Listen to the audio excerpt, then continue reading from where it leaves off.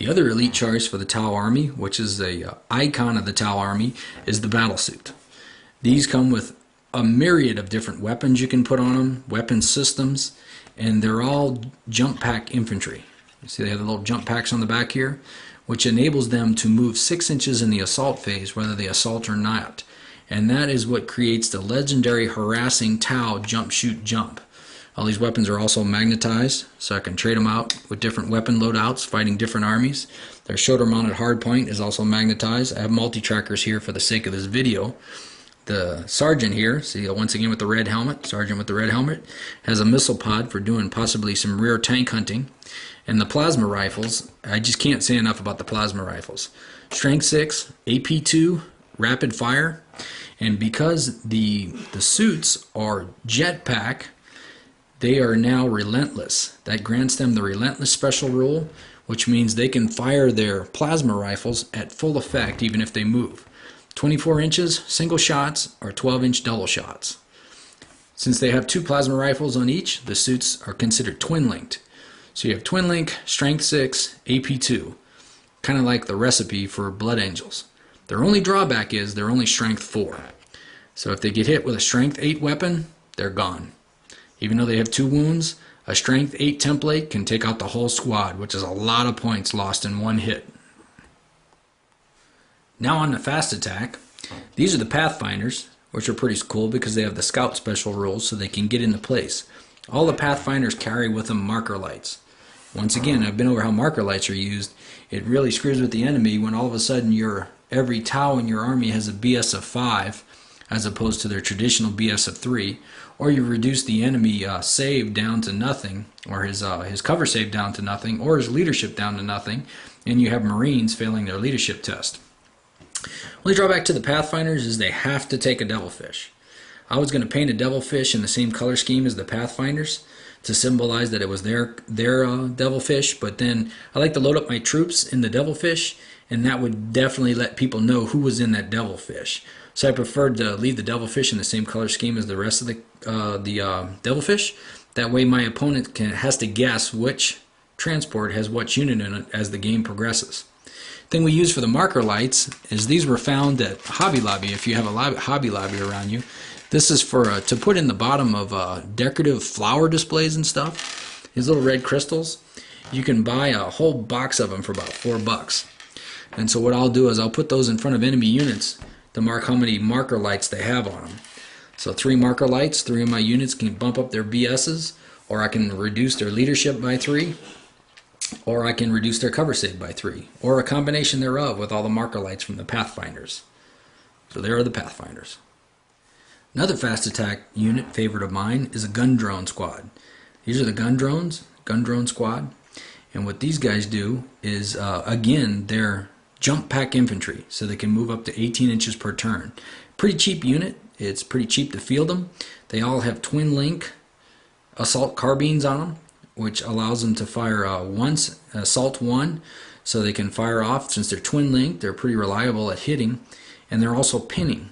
These are my favorite because it's a really cheap, fast moving unit. I'll throw these out there for the likes of Grotznick, Mad Doc Grotznick, or Death Company, where they have to chase the closest enemy. So with their 18-inch movement, 6 in the movement phase, up to 6 in the running phase, and then the automatic 6 in the assault phase because of their jetpacks, I'll end up towing that unit around the board and getting them out of my way. And if I lose this unit in the process, no big deal, not a lot of points, but it tows them out of the way where my big guns can slam into them. Plus, if I choose not to run in the shooting phase, you have 10 assault shots with these pinning rifles, possibly can pin some people in spot to keep them again. Again, this is my favorite tactic to deploy against the like Mad Doc Grotznick or the Death Company, where they have to go after the closest enemy. These guys will pull them off the map or pull them into a corner of the map, end up sacrificing this unit, but it gives me all that much more time to blast them with my big guns. This is another one of my favorite fast attacks, the Piranha Squadron. Piranhas aren't really used too much, but I really enjoy using them. And besides, the mascot of my army, every army needs a mascot. The mascot of my army is right there in the back of this one. It's Tim, the thrill-seeking Tau. It's It's really funny when Tim, the thrill-seeking Tau, ends up smashing the face of, say, Blood Angels or Death Company or things of that nature. But these guys are fast attack, so they can move flat out and get a +4 cover save. Also, as an option, you can hook them up with disruption pods. What a disruption pod does is it makes the unit count as if it's in cover. So if you had a squadron of piranhas, that being 3 is in a squadron, you can give 2 of them disruption pods. More than 50% of the unit is in cover, the third guy gets cover automatically, and you don't have to waste the points on the disruption pod for him. Also, you can get flechette dischargers. Flechette dischargers for these guys, they get assaulted. Half of the people that are assaulting them are going to take a wound. Saves apply, of course, but it's a real nasty surprise when the assault marines come in and assault them, and now half of the assault marines are taking wounds. Orcs decimates orcs. Plus, the good thing about piranhas is they have front armor 11. What does front armor 11 means? It means they're bolter-proof. The front of them are bolter-proof. So a common tactic that's employed is a piranha shield. What you'll do is you'll take your piranhas and you'll line them up like this. And then if you got a couple more, you can line them out on the sides like this. Now you have a piranha wall.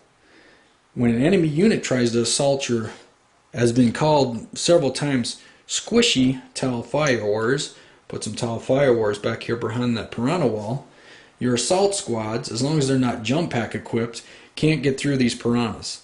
Piranha's front armor 11 creates a wall, but if you look underneath, according to the new rules, the Fire Warriors can fire under the piranhas with those big strength 5, AP 5 guns, firing rapid fire into the enemy. The piranhas keep them safe. The enemy has to go all the way around the side or try and destroy the piranhas himself. Again, armor 11 on the front, bolter proof. It's a pretty cool tactic. Also, the piranhas are magnetized. They have the fusion blaster on the front, which pops off, and you can click on a burst cannon rather, if you're fighting orcs or things of that nature. Opt off the fusion blaster, which again is basically the meta gun for a higher fire rate burst cannon.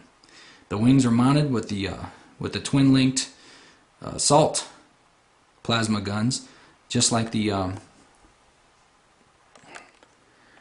let me zoom in on Tim, the thrill-seeking Tau here. I like to use the fusion blaster on the front here, which once again is basically a meta gun, great for tank hunting or taking out those high priority independent characters, things of that nature. But I got that magnetized too, so we can pull that off here, and then we can put on a burst cannon. For the likes of fighting orcs or Imperial Guard or things of that nature where you're fighting horde armies, that burst cannon puts out more firepower. Also, you got your wing-mounted